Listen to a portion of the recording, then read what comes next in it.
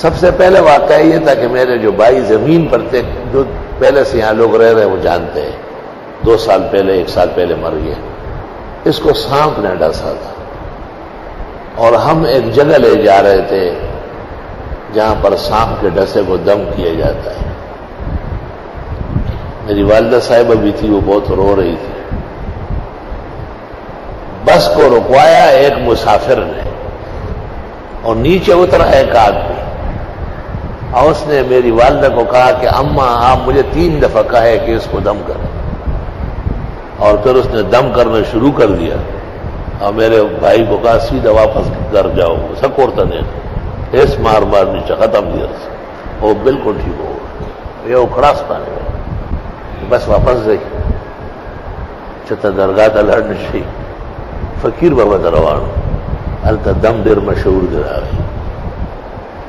یہ ایک واقعہ تو اس زمانے میں جو اسکول پڑھتا تھا، اور بھائی کو چونکہ سامنے ڈسا تھا، وہاں ایک مزار ہے فقیر بابا علیہ الرحمت، وہ عام مزار ہے، جیسے قبر ہوتی ہے، درخت کھڑے ہیں، وہاں ٹیلا میلا کچھ نہیں، کچی قبر ہے، ان کے جو بزرگ ہیں آس پاس وہ دم کرتے ہیں، اور اس سے آرام ہے۔ اس نے کہا پریدئی فقیر بابا نور فقیران نہ کھولے زئی کھولتا۔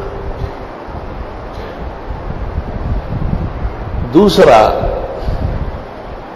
یہ مینار ہم اس طرف بنا رہے تھے اور کنواں ادھر کھود رہے تھے، اور ہم بہت پریشان تھے، تو ایک آدمی آیا مجھے کہتا ہے میں تمہیں جگہ بتاتا ہوں، یہاں کھودو میٹھا پانی نکلے گا، اور تم تو خود لوگوں کو کہتے ہو کہ مینار مسجد کی دائیں طرف ہو، محراب سے دائیں بائیں طرف، کیونکہ اس میں اذان ہوگی اور اذان خان ہمیشہ محراب سے بائیں طرف ہوتا ہے، یعنی مؤذن یہاں نہ ہو، یہاں کھڑا ہو، الا ان یؤذن عند الخطیب باذان الثانی، وہ علیحدہ ہے، وہ بین الیدی الخطیب ہے۔ اس کے علاوہ جو 5 وقت اذان ہے، سنت طریقہ یہ ہے کہ مسجد کے اندر بائیں طرف ہو۔ تو مینار ادھر کر دیا ہم نے، اور کنویں کی جگہ اس نے بتائی، وہاں ہم نے کھدائی کی، پانی میٹھا شیرین نکلا۔ لیکن جس وقت وہ آدمی روانہ ہو گیا تو میں طالب علم بعد الظہر میں یہاں سے نکل کے اس طرف گیا، تو میں طلباء سے کہتا ہوں کہ اس آدمی کو لے آؤ نا واپس، چائے وائے پلاتے ہیں، اتنا پیارا مشورہ دیا۔ طلباء مجھے دیکھ رہے حیران ہو رہے، ایک دوسرے کو کہتے ہیں کہ حضرت کو کوئی اثر ہوا ہے، وہ یہ سمجھتے تھے کہ کوئی آدمی نہیں ہے، میں دیکھ رہا ہوں کہ وہ سامنے غائب ہو گئے۔ میری غلطی یہ تھی کہ مجھے خود دوڑنا چاہیے، اس وقت صحت مند تھا، دوڑ دھوپ جانتا تھا۔ آدمی نکل گیا، برکات سب اس کی قائم دائم رہی۔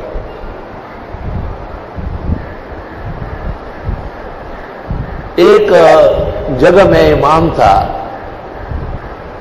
وہاں یہ زرگر برادری آباد ہے، ان کے کچھ لڑکے میرے پاس آئے کہ ہمارے والد صاحب کو 14 سال ہو گئے جو لیٹے ہوئے، پیشاب پاخانہ وہی کرتا ہے، پورے گھر میں انسانی غلاظت کی ایک تعفن ہے،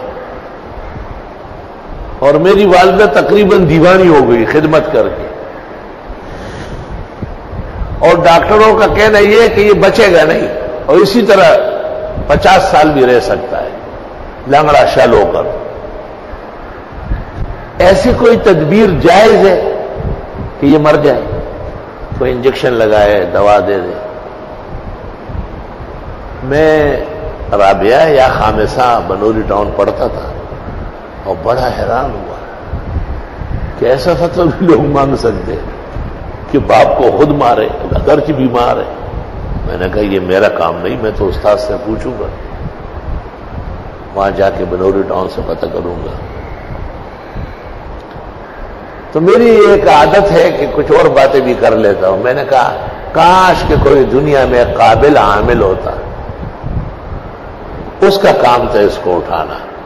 جب علاج معالجہ کام نہ کرے تو عملیات کام دکھاتی ہے، لیکن افسوس کہ عاملین میں انسان کا بچہ نہیں ہے، اور سارے الو کے پٹھے۔ اس طرح کوئی 2 4 برا بلا کہا۔ میں اس لڑکے سے بات کر رہا ہوں اور ایک مہمان آیا اور سامنے وضو خانے میں اس مسجد میں بیٹھ گیا اور وضو نہیں کر رہا ہے، مجھے دیکھ رہا ہے۔ جب وہ لڑکا نکل گیا تو وضو کر کے میرے پاس آئے سے ہاتھ جھاڑتے ہوئے، مجھے کہتے ہیں کیا ہو گیا، بہت ناراض ہو؟ سارے حامل تو ایک جیسے نہیں، کوئی اچھا والا بھی ہوگا۔ میں نے کہا کبھی دیکھا نہیں، دیکھوں گا تو معافی مانگوں گا، آئندہ ایسا کہوں گا ہی نہیں۔ اس لڑکے نے کیا کہا؟ میں نے تقریر کی، گھر معلوم ہے، میں نے کہا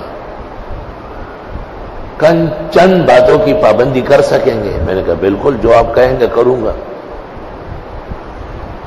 کہ پہلی بات یہ ہے کہ اس گھر میں جب جائیں گے، جب تک میں بیٹھوں گا اس وقت تک نہ کوئی چلے گا قدم لے گا، اور نہ کھانا پینا، نہ شربت، نہ چائے، نہ اس کا کوئی تذکرہ ہوگا۔ میں نے کہا میں ان کو پابند کر لوں گا کہ جب تک یہ مہمان آپ کے والد کو دم کر رہا ہے، خبردار کے کھانے پینے کا یا کوئی فرض آیا اور گیا۔ دوسری بات یہ کہ تم میرا نام پتہ نہیں پوچھو گے، مجھے کہہ رہے ہیں۔ تیسرا یہ کہ آپ وہاں بیٹھے رہیں گے، جب میں حدود سے نکل جاؤں گا تو آپ اٹھیں گے۔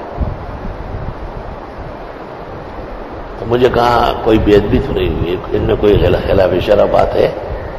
میں نے کہا نہیں۔ تو قرآن شریف لے آیا، مجھے کہا اس پہ ہاتھ رکھ کے کہا ہے۔ جب قرآن شریف لے آیا نا تو میں نے پیشانی پیٹی، میں نے کہا سوک صاحب اقتدار بلاو شاید دیکھو پورا طاقت ہے، وہ سردے ہو پوری دے رہا ٹول کار دے اس کا ہی اور زی اتڑا لگ گئے تو اس قرآن پہ ہاتھ رکھے۔ میں نے ہاتھ رکھا، کائے کے لیے ہاتھ رکھا ہے؟ میں نے کہا جب تک آپ وہاں تشریف فرما ہوں گے تو نہ کوئی کھانا پینا آئے گا، نہ کوئی چائے شربت کا پوچھے گا، نہ کوئی فرد بشر آئے گا، کوئی قدم نہیں لے گا۔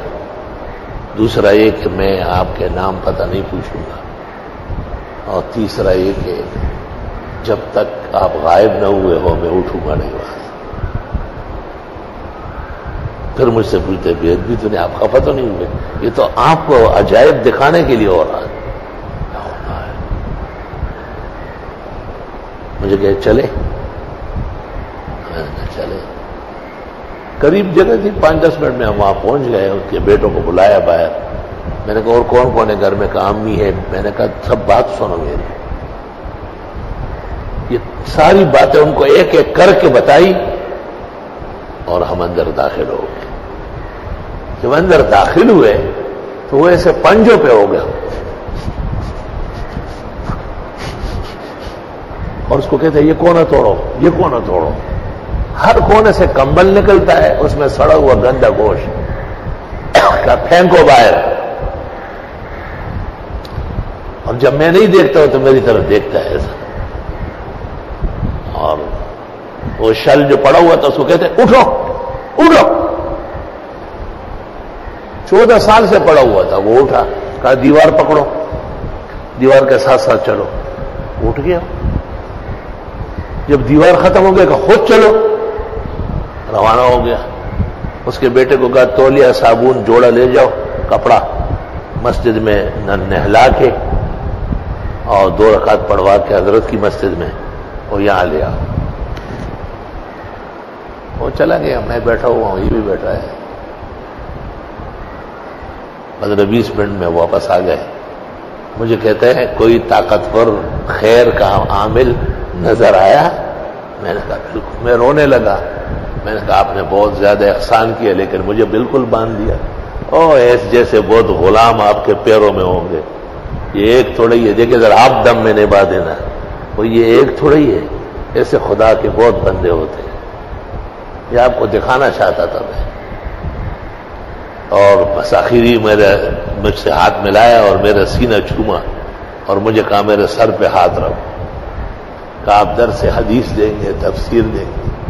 اس وقت کوئی اس قسم کا نظام نہیں، رابعہ کا طالب علم تھا۔ یا آپ مجھے یاد رکھیں گے، آپ زبردست حافظے کا مالک ہیں اور بہت فائدہ ہوگا امت کو۔ میں زار و قطار ہوتا ہوا وہاں کچھ بیٹھا رہا، پھر جب یقین ہوا کہ وہ نکل گیا واپس آیا، شام کو دنیا جمع ہو گئی، جتنے لنگڑے ہیں کراچی کے اور پلنگوں میں ڈال کے لا رہا ہے. میں رکشا ہی منا خار بچو ماں سے ٹیکا اسی طرح سے بوڑھیانوں سے رکشے کی لڑ گئے پسراڑو.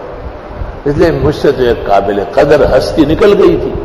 بہت غمگین تھا. استاد محترم مفتی ولی حسن نے کہا کہ میری بھی ایک بہت قیمتی خاتون بیمار ہے. سنا ہے آپ؟ میں نے کہا حضرت اس کا سننا ہی بھیانک ہے. میں کسی دن عرض کروں گا مجھے معاف فرمائے. تو میرا اپنا خیال یہ ہے کہ یہی خضر مختلف رنگوں میں ہے. یہ دنیا کے اعمال کی وجہ سے نہیں ہو سکتا ہے. اتنا چٹ پٹ اور اتنے طاقت کے ساتھ ظاہر کرنا. اللہ رب العالمین نے حضرت خضر کو ایسے تکوینیات کے خزائن دیے ہیں. اور ایک واقعہ اور ہے.